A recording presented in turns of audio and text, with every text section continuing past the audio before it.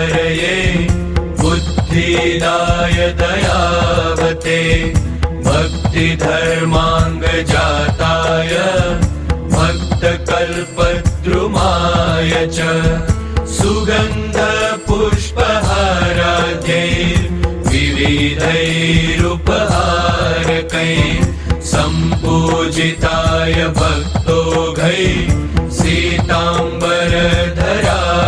च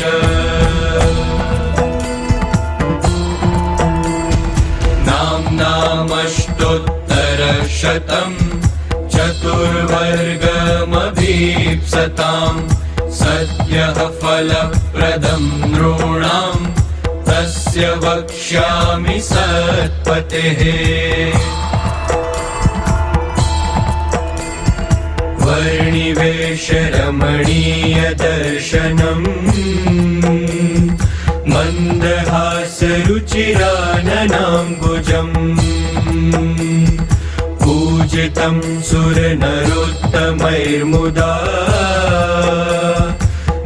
धर्मनन्दनमहं विचिन्तये।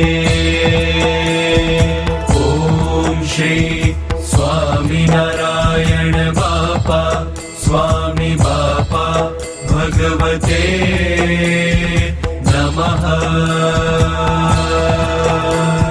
श्रीकृष्णः श्रीवासुदेवो नरनारायणः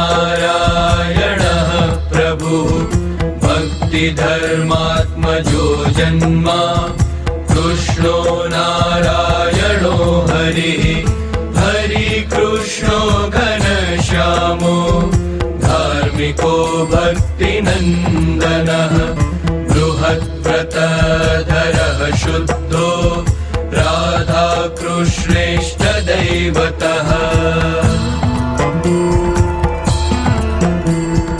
मरुत्सुत प्रियः काली भैरवाद्यतिभीषणः जितेन्द्रियो जिताहार तीव्रवैराग्य आस्तिकः योगेश्वरो योगकला प्रवृत्तिरतिधैर्यवान्